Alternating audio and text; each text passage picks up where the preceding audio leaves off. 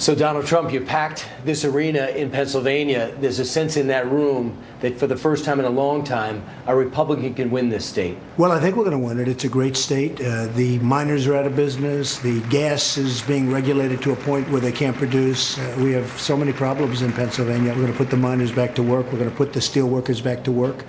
We're going to bring jobs back to Pennsylvania. How hard is it to watch speech after speech? The only thing that's constant is personal hits on you. You watch, you take it in. How hard is that? Well, they don't all hit me, but some of them do, and they try and hit you as hard as possible, and it's mostly false stuff. But I get it. I mean, it's the way it goes. It's called politics. But look, they're doing their thing. They're trying to win. They're trying to justify 8 years of horror. So you're not taking it personal? I guess I take it a little bit personally, but you can't let it get you down. You have to go out. You went and did a press conference, and one line is getting a lot of press. You said, Russia, if you're listening, I hope you're able to find the 30,000 emails that are missing. Clinton campaign says this is a national security issue. Now, the idea that you've had any American calling for a foreign power to commit espionage in the U.S. for the purpose of somehow changing an election, I think that we are now in a national security space. Your reaction? You have to be kidding. His client, his person, deleted 33,000 emails illegally. You look at that. And when I'm being sarcastic with something, first of all, they don't even know. Of course I'm being sarcastic. But you have 33,000 emails deleted. And the real problem is what was said on those emails from the Democratic National Committee. You take a look at what was said on those emails. It's disgraceful. It's disgraceful. They talk about religion. They talk about race. They talk about all sorts of things, including women. And what they said on those emails is a disgrace. When you look at Vladimir Putin, you said he's a great leader of his country, but he's also a guy that... No, I didn't say that. I said he's a better leader than Obama. But he does get rid of... I said he's a better leader than Obama, because Obama's not a leader. So he's certainly doing a better job than Obama is, and that's all. Now look, you have to understand, Putin, if we could get along with Russia, I think that would be a good thing, not a bad thing. We don't get along with Russia. You practically don't get along with too many. But we have a criteria to be friends with somebody. So if they're going to invade the Ukraine, if they're going to buzz our ships that they're doing right now, and you know why? You know why they do that? Because they have no respect for our leader. That's why they do it. They have no respect. If they did that with you in office, they have zero respect for our leader. If they showed no respect, I don't think they'd be doing that. I don't think they'd be doing that for 1 minute. Because? Because I think they'll respect me. Because they don't respect President Obama. Would you answer with force? I'm not going to tell you what I do. Why would I tell you a thing like that? Wouldn't that be crazy to tell you what I do? You react at the time. Part of the problem with this country is they go and they say, we're going to do this, we're going to attack here, we're going to send this many men. No. You got to keep it a little bit secret. Got to keep it a little bit secret. You got to have it to yourself a little bit. Lastly, personal question. How hard was it, if at all, as a parent, to watch your kids? I was so proud of my kids and my family, the way they got up at that unbelievable moment and made these incredible speeches. I've loved and respected him. You are my hero, my mentor, my best friend. And I love him with all my heart. You don't get choked up when something like that happens? Well, I don't know. You don't want to show your softer side. But I was so proud of them. I mean, I was watching. I think I was so proud I maybe don't get choked up for that reason. I had a good life, wonderful family, wonderful business, wonderful everything. I didn't need to do this. I'm getting to know the American people. These are amazing people, and they're tired of being pushed around. They're tired of working harder than they did 18 years ago and making less money. It's an incredible, beautiful movement. We're going to make America great again, and we're going to make America safe again. You know, we expanded on the controversy with the Russian situation. He had no idea it was a big deal because he's gone from Doald, Florida, flew to Scranton, sold the place out, and then he was going to Toledo. When I even asked the Russian question, he was like, why do you ask? Because he was joking.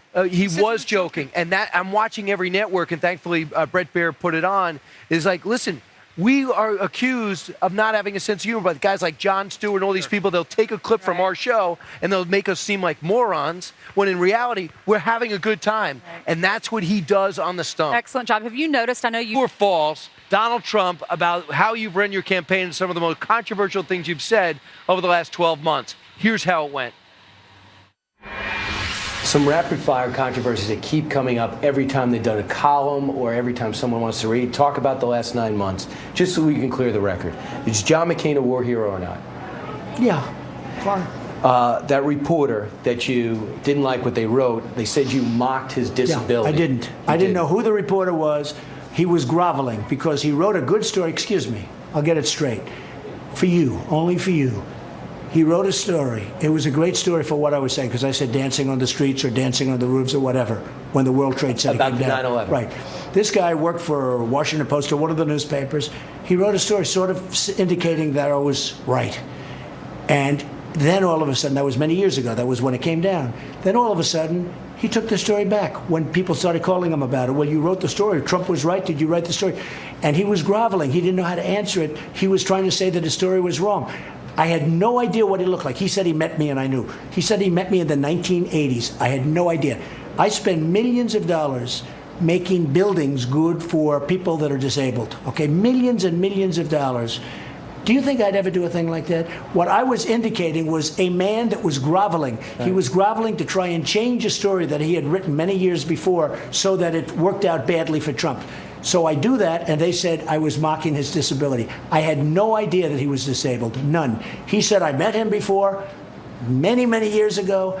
I have no idea who he is. You said all, true or false, all Central Americans or South Americans who come across the border, the spirit of what you're saying, are drug dealers and rapists. I didn't say all. You know that, Brian. What kind of stuff is that?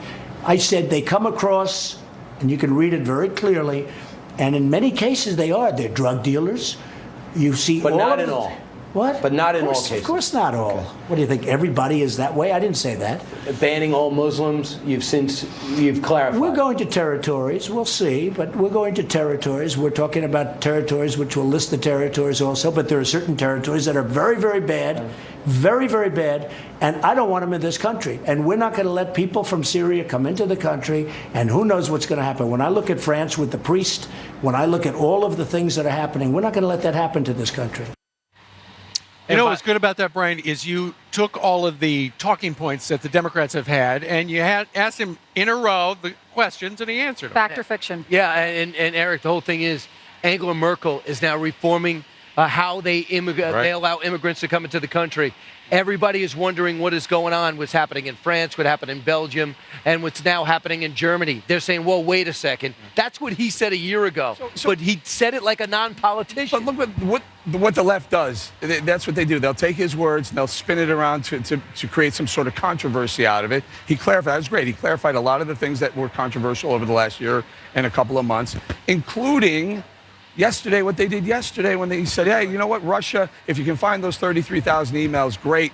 Tongue-in-cheek, joking, and they say, oh, he's asking Eric, Russia to help We're going to play dictate that. our election. That is just insane what I they don't do. know if you used it on the 5, but actually you couldn't because I hadn't done the interview yet, but use it today because he clarifies that. Yeah, see, it's the same thing. They'll say something, they'll take it and spin it the way they want to. You talk about no spin zone, that's the full spin zone. But it's like when Jon Stewart and The Daily Show will take something that we say, we never Selective, could, yeah. but he had a chance to answer back today. This is